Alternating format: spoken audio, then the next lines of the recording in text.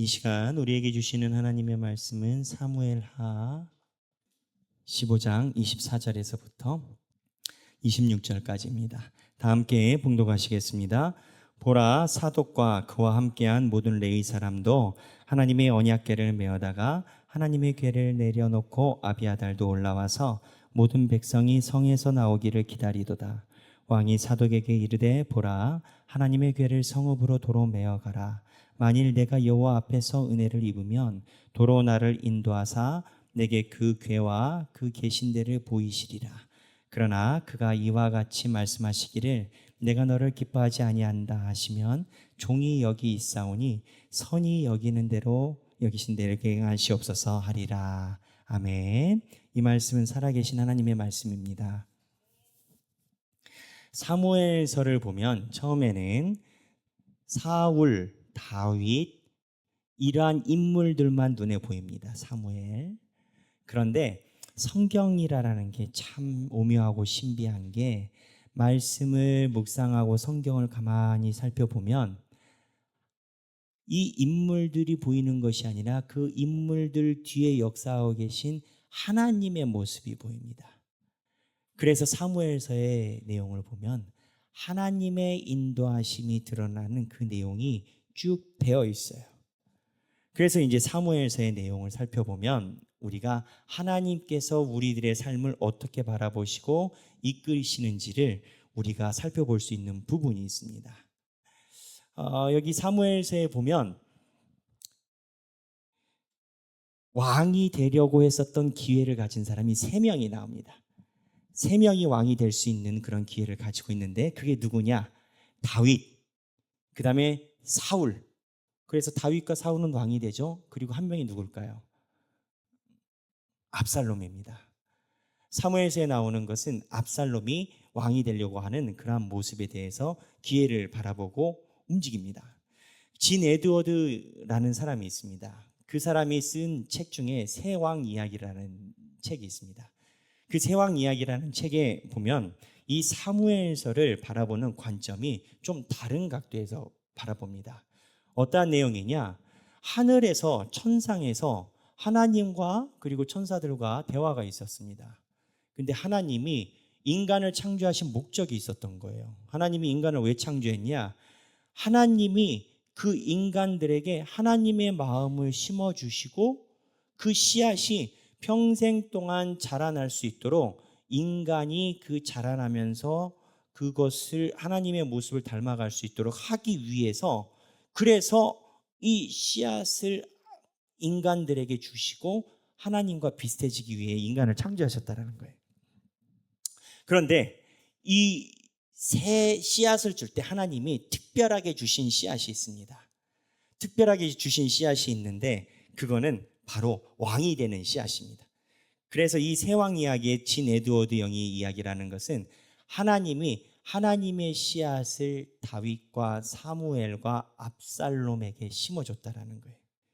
우리는 압살롬 하면 신기하게 생각하지만 여러분 우리는 그걸 알아야 됩니다. 유진 피터슨이라는 사람은 어떠한 얘기를 했냐면 자기가 사무엘서를 연구하다 보니까 깜짝 놀랄 만한 일을 알게 됐다는 거예요. 그 깜짝 놀랄 만한 일이 뭐였냐? 바로 이 세상에 기적이 하나도 없었다는 거예요.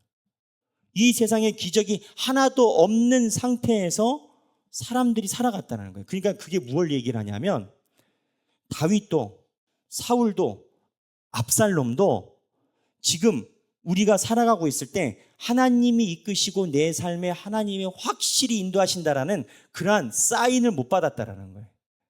우리는 성경을 거꾸로 읽으니까 하나님이 참여하셨다라고 이해를 하지. 하지만 이들은 달랐다라는 거예요. 근데 이들에게 하나님이 씨를 하나씩 준 거예요. 사울에게도 다윗에게도 압살롬에게도. 무슨 씨냐? 바로 하나님이 기뻐하는 왕이 되게 하기 위한 씨를 주신 거예요. 그래서 왕이 되기 위한 그 씨를 주심으로 인해서 이 사람들이 그거를 어떻게 가꾸고 어떠한 결과를 맺어가느냐가 사무엘서의 관점이라는 거예요. 그러니까는 사무엘서를 바라보는 관점이 진 에드워드는 우리의 이야기로 보는 건 거예요. 우리 안에 있는 이야기의 관점의 흐름으로 보는 건 거예요. 근데 이 세 명이 시를 줬는데 이 세 명에 나타나는 결과가 다 다릅니다. 동기도 다르고. 먼저 사울은 하나님께서 주신 시를 자기가 알아요. 그런데 사울은 왕이 될 때 현실의 문제에 부딪혀요. 현실의 문제에 다 부딪히죠. 다윗도 부딪히고 압살롬도 부딪히죠. 근데 사울은 이 현실의 문제에 부딪혔을 때 하나님이 멀리 계시기만 한 거예요. 그래서 이 사울은 하나님이 멀리 계시기만 한다라는 그 느낌을 가지고 현실을 우선적으로 삼습니다. 뭐 옛말에 이런 말도 있는 것 같아요. 법보다 주먹이 가깝다고. 그런 식으로 현실에 있는 문제에 집중하기 시작한 거예요. 사울은 자기가 왕이 된 것도 하나님이 씨앗을 줘서 기름 부어서 됐다라는 인식보다는 사람들이 사무엘에게 민원 요청해서 초대왕이 됐다라는 인식이 강했던 거예요. 그러다 보니까 사울은 하나님에 대한 마음이 반절, 사람들에 대한 마음이 반반인 겁니다. 마음이 반반인 상태인 겁니다. 이 반반인 상태에서 사울은 방향을 잃어요. 어떻게 방향을 잃냐? 하나님보다 이 상황의 현실을 우선순위로 삼습니다. 그래서 블레셋을 치러 갈 때도 하나님께 예배드림보다 사람들이 두려워서 흩어지는 것만 눈에 보입니다. 그래서 흩어지는 사람들을 모으기 위해서 제사장이 오지도 않았는데 자기가 예배를 시작합니다. 제사장 없이. 아말렉에서 진군을 해서 전리품을 얻었을 때도 사람들이 그 전리품을 갖고 싶어 하니까 하나님의 법을 살짝 돌려서 예배를 사용해서 돌아갑니다. 무슨 얘기냐? 이 사울은 자기가 가지고 있는 주 목적이 현실을 타개하는 겁니다. 자기가 사람들의 민원으로 인해서 왕이 됐고 사람들의 민원으로 왕이 됐기 때문에 사람들의 필요도를 채워줘야 되는 존재이고 그러다 보니까 사람들이 원하는 그 욕구에 적극적으로 대면하는 겁니다. 아시지 않습니까? 근데 이 모습이 에드워드 영은 진 에드워드는 하나님이 주신 씨앗이 그 안에서 자라가다가 꺾이는 현상으로 보는 겁니다. 이게 현대인들과 다르지 않습니다. 우리도 어쩌면 하나님께서 우리 안에 하나님이 원하시는 씨앗을 다 주셨어요. 그런데 사람들이 그 씨앗이 자라나면서 고민하고 어려워지는 것은 바로 현실의 문제입니다. 하나님은 안 계신 것 같고 하나님은 가까이 계시지 않은 것 같고 나를 불러서 왕으로 만든 이스라엘 백성들의 민원은 그대로 있고 블레셋은 그대로 있고 그러니 하나님에 대한 자세보다는 현실에 대한 대처가 우선순위. 그래서 사울은 제가 볼 땐 양념 반 후라이 반입니다. 양념 반 후라이 반으로 하나님에 대한 소명과 현실에 대한 문제 두 개를 갖고 있다가 나중에 어떻게 되느냐? 하나님에 대해서 살짝 무시하는 태도가 나타납니다. 제 입장에서 무시인 것 같아요. 아니, 목사님, 사울이 어디서 무시했습니까? 한 성도가 저한테 이렇게 질문하더라고요. 목사님, 사무엘상을 보니까 지속적으로 다윗이 죽을 뻔했는데 사울에 대한데 사울은 다윗이 하나님의 왕이 될 걸 알았다라고 기록이 나와요. 근데 사울이 왜 다윗을 쫓아갔을까요? 여러분들은 어떻게 생각하십니까? 사무엘상 우리 말씀 훈련을 통해서 봤지만 하나님이 다윗을 선택한 것을 사울이 알아요. 근데 다윗을 죽이려고 해요. 왜 그랬을까요? 저는 사울이 하나님이 이곳에 가까이 계시지 않고 멀리 계시기 때문에 만약에 다윗을 죽이면 하나님이 뜻을 바꿔서 요나단으로 흘러가 주실 것으로 사울은 기대했던 것 같습니다. 그러니까 사울은 쉽게 얘기하면 하나님의 보좌의 은혜를 받으려는 게 아니라 하나님의 보좌를 자기의 사리사욕으로 인해서 움직이려고 했던 거예요.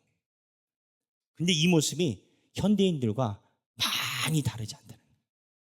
여러분, 그 김용희 선교사님이라는 분을 혹시 아시는지 모르겠습니다. 굉장히 유명한 분인데, 그 인스타그램이나 보면 이 AI가 메커니즘으로 인해 가지고 끌어올려 가지고 김용희 선교사님 그 설교가 하나 나왔거든요. 그분이 막 이 피를 토하면서 설교하는 그런 장면이 나왔어요. 그 장면이 뭐냐?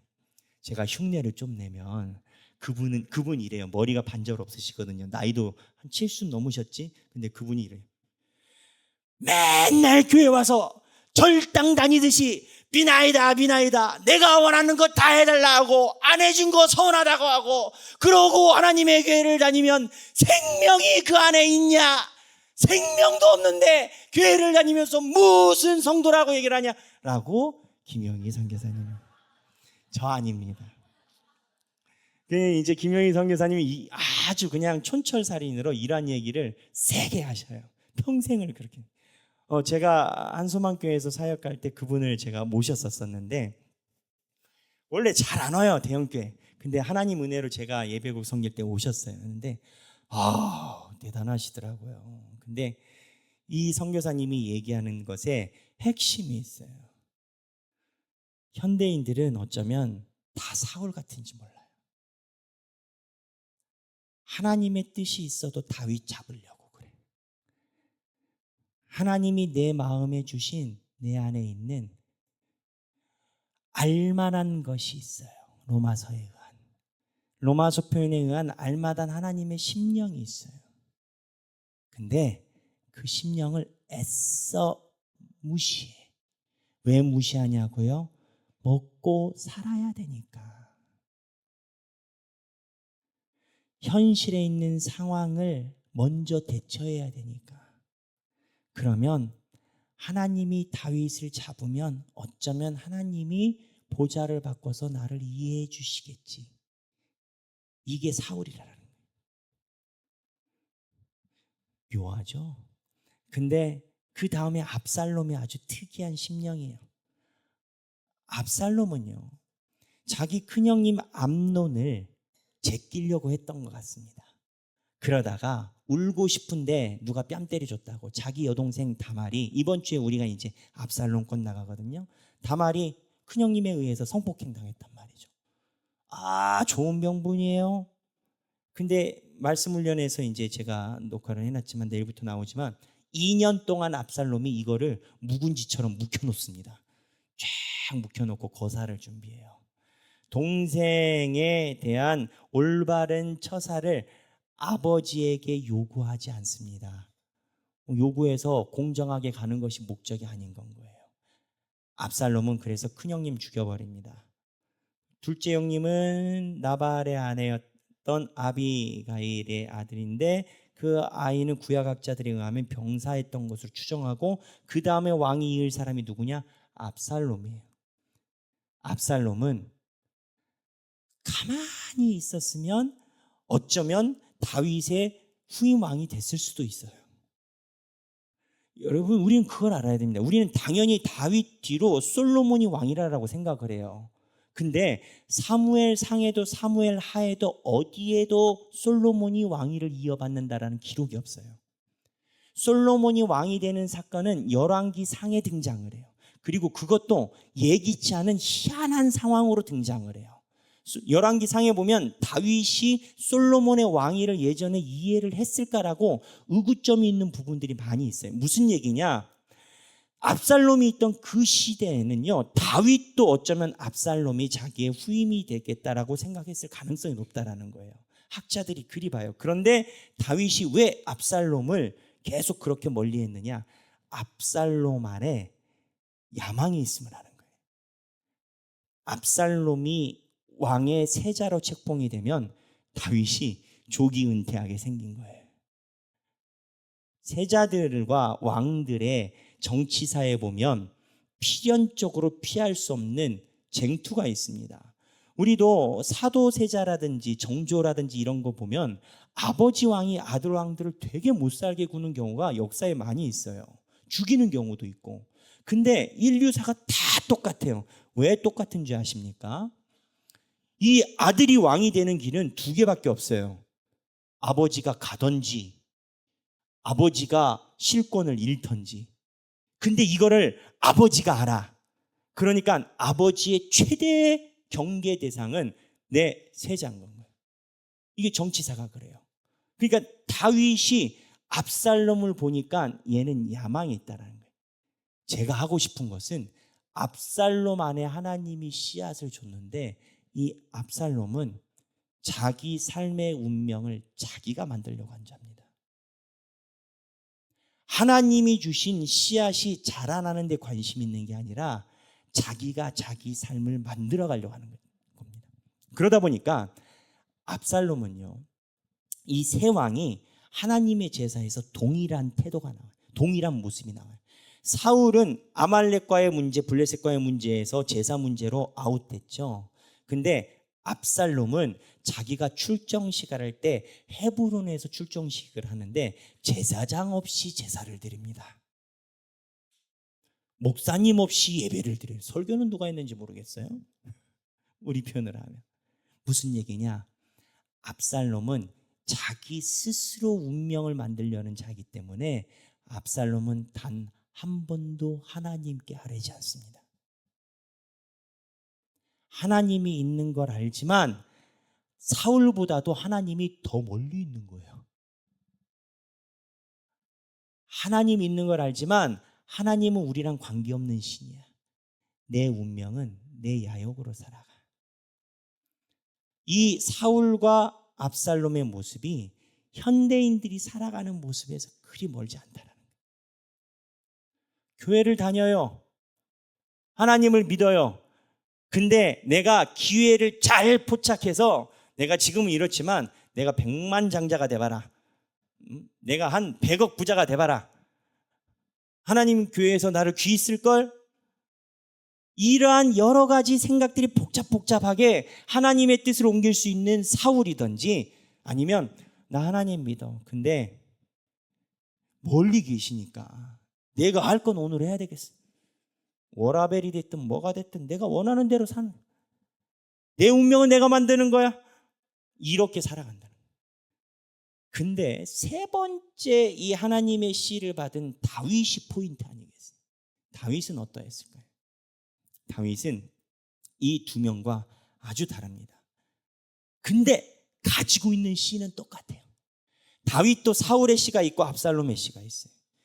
사울처럼 다윗도 자기가 가지고 있는 야망이 있어요. 사울처럼 다윗도 무언가 이렇게 이루어가면서 하나님의 기회를 포착하며 하나님의 길을 내주실 거라는 기대를 하고 있어요. 다윗이 왜 미갈과 결혼했습니까? 성경에 보면 미갈이 다윗을 사랑했다라고 나와요. 근데 다윗이 미갈을 사랑했단 말이 없어요. 다윗의 아내 많이 있지만 다윗의 아내들의 특징이 하나 있어요. 밧세바 하나 빼놓고 나머지는 다 정략 결혼이에요. 다 정략 결혼이에요. 다윗은 사울처럼 정치적인 행보가 있어요. 그리고 압살롬처럼 운명을 만들려고도 합니다. 다윗은 도망다니는 그 순간에도 자기가 가지고 있는 전리품으로 헤브론과 유다 지파에 있는 사람들에게 선물을 했어요. 정치 공략을 했다고요. 밑작업을 했다고요. 나라의 왕이 되기 위한 실권자들을 가까이 뒀다고요. 똑같아요. 압살롬과 사울과. 근데 다윗의 중요한 포인트가 있어요. 다윗은 이 모든 것을 다 하더라도 마지막 순간에 하나님께 모든 것이 속해 있음을 점차 알아가는 거예요. 무슨 얘기냐면 다윗이 사울을 죽일 때 사울과 같은 똑같은 입장이면 사울을 죽이는 게 맞습니다. 다윗이 참 묘한 인생이에요. 다윗은 사울에게 쫓김당해 죽을 뻔한 모습이 오버랩돼서 압살롬과 주체와 객체가 바뀝니다. 압살롬이 구테타에서 다윗을 치러 왔을 때 다윗이 사울처럼 압살롬을 칠 수가 있었어요. 예루살렘 성을 다윗이 압살롬이 온다라는 걸 듣고 버리고 도망갑니다. 성사학자들은 여기서 의문을 가집니다. 왜냐하면 예루살렘 성은 천의 요새입니다. 삼면이 험준한 산으로 둘러싸여 있고 문만 딱 걸어 잠그고 수도만 지키고 있으면 1년이든 2년이든 3년이든 얼마든지 공성을 해낼 수 있는 자리인데 이 예루살렘을 전략가인 다윗이 버리고 갑니다. 그래서 이 부분에 집중하고 있는 많은 사람들은 사울이 다윗을 죽이려 한 것처럼 압살롬을 죽이지 않으려고 나왔다라고 그렇게 봅니다. 그러니까 무슨 얘기냐? 다윗은 이 현실에 있는 상황을 무시하지 않아요. 현실에서 살아가요. 그리고 거기에서 암투가 있어요. 다윗도 해요. 하지만 다윗의 끝자락은 하나님에게 모든 것이 달려있다가 자기 중심에 꽉 들어있다라는 거예요. 그 대표적인 게 오늘 본문이라고 저는 생각을 해요. 다윗이 오늘 본문이 압살롬이 진군해 왔을 때 자기가 퇴각할 때 모습이에요. 그때 다윗의 충신들이 다윗에게 와서 다윗과 함께 가겠다고 합니다. 그 중에 누가 있냐? 법궤를 담당하고 있는 제사장인 사독과 아비아달이 다윗에게 법궤를 가지고 옵니다. 다윗이 가지고 오라고 한 게 아니에요. 제사장들이 가지고 왔어요.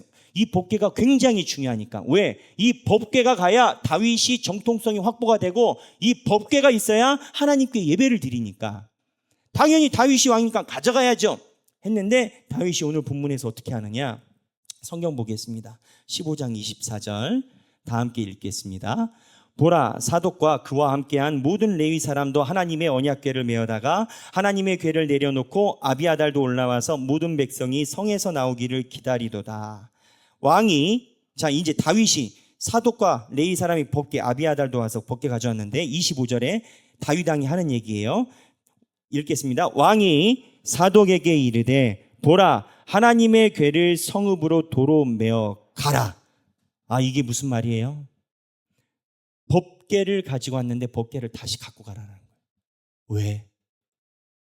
이 법궤에 대해서는 우리가 이미 묵상을 했지만 예루살렘이 수도로 정하고 무리하게 법궤를 사용하려다가 하나님께 혼이 났습니다. 다윗이. 근데 다윗은 이 법궤가 얼마나 중요한지 누구보다 잘 아는 사람이에요. 근데 다윗이 이 법궤를 다시 들어가라고 합니다. 왜? 여기서 다윗의 신앙의 정수가 나옵니다. 뭐라고 얘기를 하느냐? 만일 내가 여호와 앞에서 은혜를 입으면 도로 나를 인도하사 내게 그 궤와 그 계신 데를 보이시리라. 법궤를 도로 가져가고 하나님이 나를 은혜롭게 봐주시면 내가 다시 와서 하나님의 법궤에 예배를 드린다라는 거예요. 예전에는 다윗이 사울처럼 압살롬처럼 하나님의 법궤를 가지고 이용하려고 했지만 지금은 하나님을 하나님으로 보고 있는 거예요. 근데 다윗의 또 놀라운 게 그 다음이에요. 만약에 하나님이 안 부르시면 어떻게 하냐고요. 우리는 성경을 알아서 다윗이 복귀하는 걸 알지만 다윗은 지금 수도를 빼앗기고 퇴각하는 상황이고 이스라엘 백성들이 다 돌아간 상황이고 한 치 앞을 내다보지 못하는 상황인 겁니다. 근데 다윗이 26절에 이렇게 얘기를 합니다. 다 함께 읽겠습니다. 그러나 그가 이와 같이 말씀하시기를 내가 너를 기뻐하지 아니한다 하시면 종이 여기 있사오니 선이 여기는 대로 내게 행하시옵소서 하리라. 만약 하나님이 나를 기뻐하시지 않으시면 내가 하나님이 주시는 이 상황을 달게 받겠나이다라는 거예요. 다윗은 사울처럼 상황을 타개하기 위해서 접근하지 않습니다. 압살롬처럼 내 운명을 내가 만들려고 접근하지 않습니다. 다윗은 이 순간에 모든 것이 여호와께 달려있다라고 얘기를 해요. 그래서 이 순간에 썼다라고 추정되는 다윗의 시편이 3편인데 시편 3편에 다윗이 압살롬에게 쫓기면서 지었던 시인데 3편의 맨 마지막 절에 보면 다윗이 이 상황을 보는 다윗의 인식이 나와요. 그게 뭐냐? 다 함께 읽겠습니다. 구원은 여호와께 있사오니 주의 복을 주의 백성에게 내리소서. 지금 이 상황은 너희들은 법궤가 문제이고 공성전이 문제이고 모략이 문제일 수 있겠지만, 하지만 구원은 여호와께 달렸다라는 거예요. 우리가 가지고 있는 삶의 많은 정황이 이래야 돼요. 가정의 문제, 자녀의 문제, 직장의 문제, 여러 가지 문제가 많이 있고 그 안에서 우리가 무언가 빨리 방법을 내고 상황을 타개해야 될 것 같고, 하지만 믿는 자, 주의 백성들은 분명히 알아야 되는 것이 이 모든 상황과 환경 속에서 그 뒤에 계신 하나님, 그리고 모든 해결점은 하나님으로부터 나온다라는 믿음의 고백이 있어야 된다. 포기와 하나님께 신뢰를 드리는 믿음은 다릅니다. 다윗은 현실을 포기하지는 않았어요. 이 다음에 보면 현실적으로 해야 되는 모든 전략적인 행동은 다 합니다. 하지만 다윗의 인식은 나중에 시므이 사건에도 나오지만 하나님이 구원의 키를 갖고 있다라고. 저는 이 본문이 저에게 큰 힘이 될 때가 많아요. 삶을 살다가 우리가 계획하지 않은 대로 될 때가 있어요.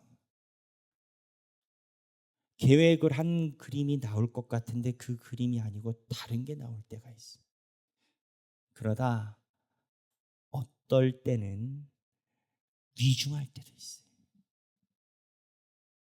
근데 다윗은 자기가 궁전을 비우고 퇴각하는 순간에도 제사장들과 부하들에게 이야기하기를 구원은 여호와께서 낳고 여호와가 나를 버리신다면 나도 할 말이 없고 하나님의 얼굴만 구하는 겁니다. 내 삶의 문제가 상황의 문제에서 귀결됩니까? 하나님을 배움는 그 상황, 그 믿음에서 귀결이 됩니까? 하나님께서 도우는 자가 이 땅에서 형통하십니다.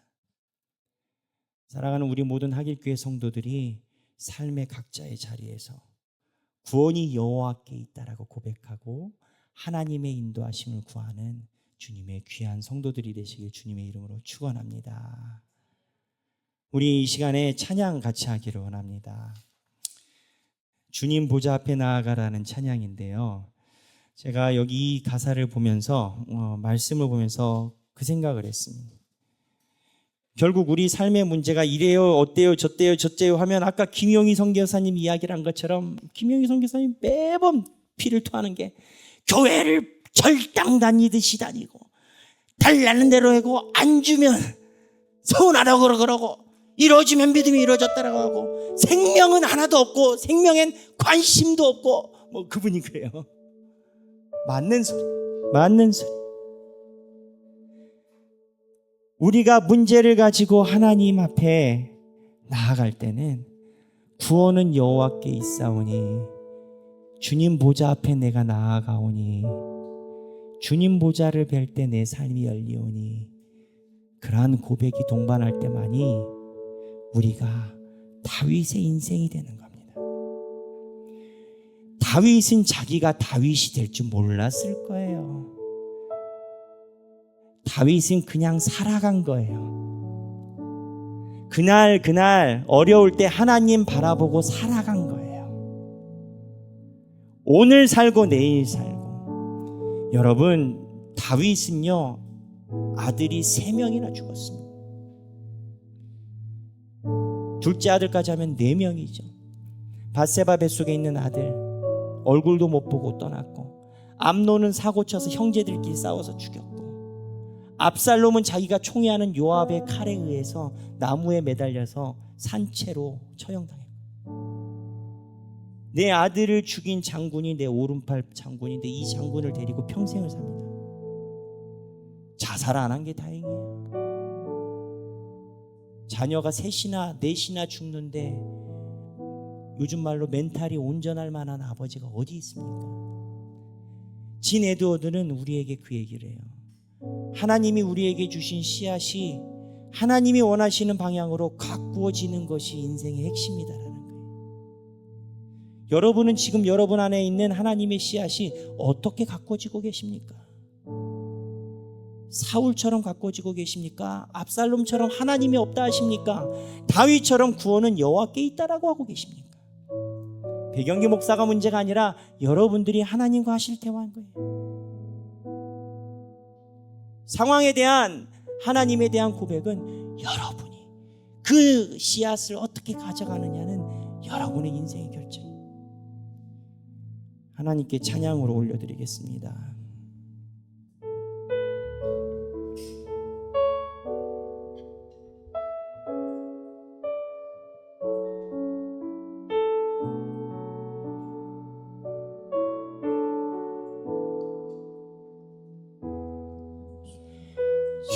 주님 보좌 앞에 나아가 참된 안식과 기쁨 다 누리겠네. 경배하며 주의 얼굴 구할 때 신실하신 주님 찬양해. 나의 기도 들으시는 하나님, 폭풍 속에 내 등불이 되십니다. 폭풍 속에 내 등불, 내 노래. 내가 상황 속에서가 아니라 주의 날개 아래서 내 맘 시리니 신실하신 주님 찬양해. 신실하신 하나님, 신실하신 주,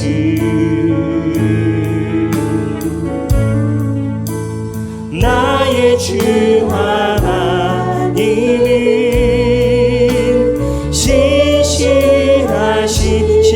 신실하신 하나님, 신실하신 하나님, 신실하신 주,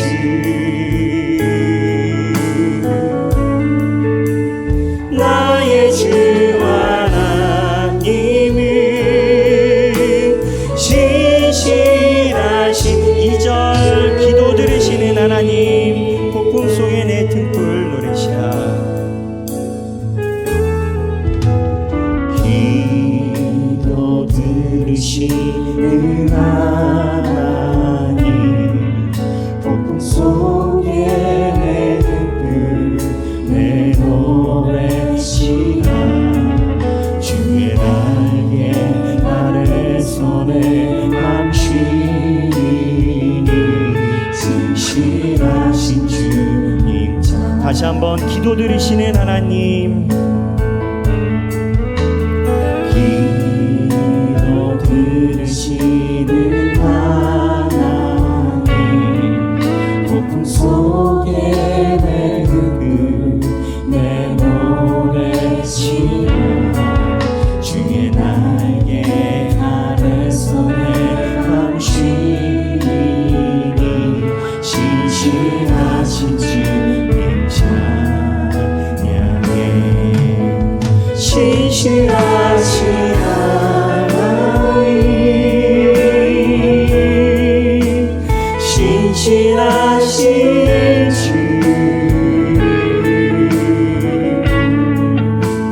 나의 주 하나님이 신실하신 하나님, 신실하신 하나님, 신실하신 주,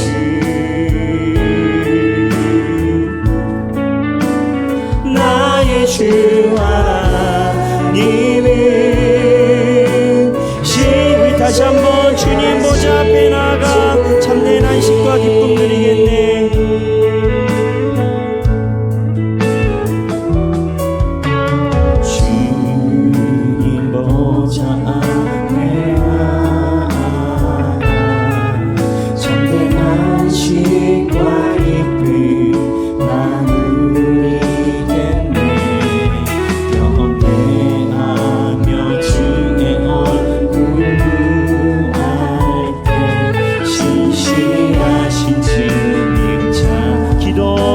신실하시는 하나님, 기도 들으시는 하나님, 폭풍 속에 내 노래치라 새벽 날개 아래서 내 감추리니 신실하신 주님 참 신실하신 하나님, 신실하신 하나님, 신실하신 주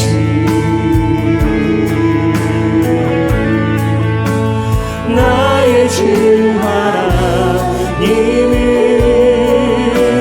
신실하신 주, 신실하신 하나님, 신실하신 하나님,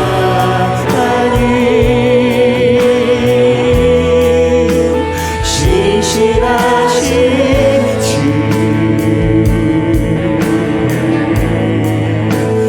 나의 주 하나님은 신실하신 하나님, 신실하신 하나님,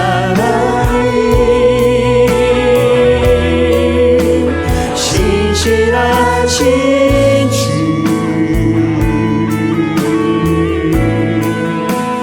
나의 주 하나님, 신실하신 주님. 이 시간에 성령님께서 주시는 마음을 따라 각자 기도하시겠습니다. 하나님 아버지요, 아버지 우리가 주의 영광을 바라보게 하여 주옵소서. 모든 구원은 여호와께 속함을 우리가 고백하며 나아가게 하여 주시옵소서. 하나님 아버지요, 우리의 삶이 주 손에 있고 모든 것이 주 안에서 이루어짐을 고백합니다. 하나님 아버지, 아버지께서 은혜를 주시면 우리가 주님의 성전에 나아갈 것이요 성전이 나아게 올 것이 아니라 아버지께서 은혜를 주시면 우리가 주 앞에 나아갈 것이라는 다윗의 마음이 우리의 마음이 되게 하여 주옵소서. 혹 주님이 부르시지 않는다면 하나님, 그 또한 하나님의 인도하심이라고 믿는 다윗의 믿음이 우리에게 있게 하여 주옵소서. 아버지여, 우리의 삶이 주 앞에 놓이기를 원합니다. 주님 앞에 주의 영광을 구하오니 우리의 삶의 문제들이 아버지의 손에 아버지의 인도하심에 의해 밀려나가게 하여 주옵소서. 아버지여, 모든 구원은 여호와께 있사옵나이다. 주여, 주님의 복을 주님의 신실한 백성들에게 내려주시옵소서. 구원은 여호와께 있사오니 모든 삶의 전략과 전술이 아니라 상황이 아니라 하나님의 구원이 하나님의 주님 앞에 있사오니 주여, 하나님의 주님의 구원을 우리 모든 성도들에게 임하여 주옵소서. 제가 기도하겠습니다. 하나님 아버지, 우리가 삶을 살면서 부족한 인간인지라 부족한 인생인지라 날마다 어려움과 해결할 수 없는 상황에 봉착할 때가 있음을 고백합니다. 하나님, 많은 전략과 전술과 방법과 대책과 상황에 대한 타이밍, 기회가 우리 앞에 놓여진다 하더라도 모든 구원이 여호와께서 있음을, 모든 구원은 여호와께 있사오니 주의 복을 주의 복에 내리시소서라고 하는 다윗의 마음이 우리 마음에 있게 하여 주옵소서. 하나님, 세상의 것을 굴러봐도 사울입니다. 내 운명을 내가 만든다고 해봤자 압살롬입니다. 하나님이 주고 계시다면 됐겠지요. 그러나 하나님이 살아계시기 때문에 하나님 앞에 구원이 있음을 인지하고 따라가는 자만이 사망의 음침한 골짜기를 다닐지라도 해를 두려워하지 않으면 주께서 나와 함께 하심이다라는 그 축복이 임합니다. 하나님, 사망의 음침한 골짜기가 문제가 아니라 여호와께 구원을 구하지 않는 우리가 문제임을 고백합니다. 사망의 음침한 골짜기 아니라 기름진 땅을 지나간다 하더라도 여호와의 구원을 구하지 않는 우리가 문제임을 고백합니다. 주여, 우리를 불쌍히 여기시고 아버지를 전적으로 의지하여 내 삶의 주관자 되신 하나님의 인도하심을 구하는 모든 우리들이 되게 하여 주옵소서. 이제는 우리 주 예수 그리스도의 은혜와 하나님 아버지의 극진하신 사랑과 성령님의 감동감화 교통하심이 하나님이 주신 씨앗을 사울과 압살롬처럼이 아니라 다윗처럼 하나님 앞에 가꾸고 하나님이 원하시는 그 나무를 만들어가며 살아가기 원하는 사랑하는 모든 주님의 백성들 머리 위에 지금으로부터 영원토록 함께 계시길 성부와 성자와 성령의 이름으로 간절히 축원하옵나이다. 아멘.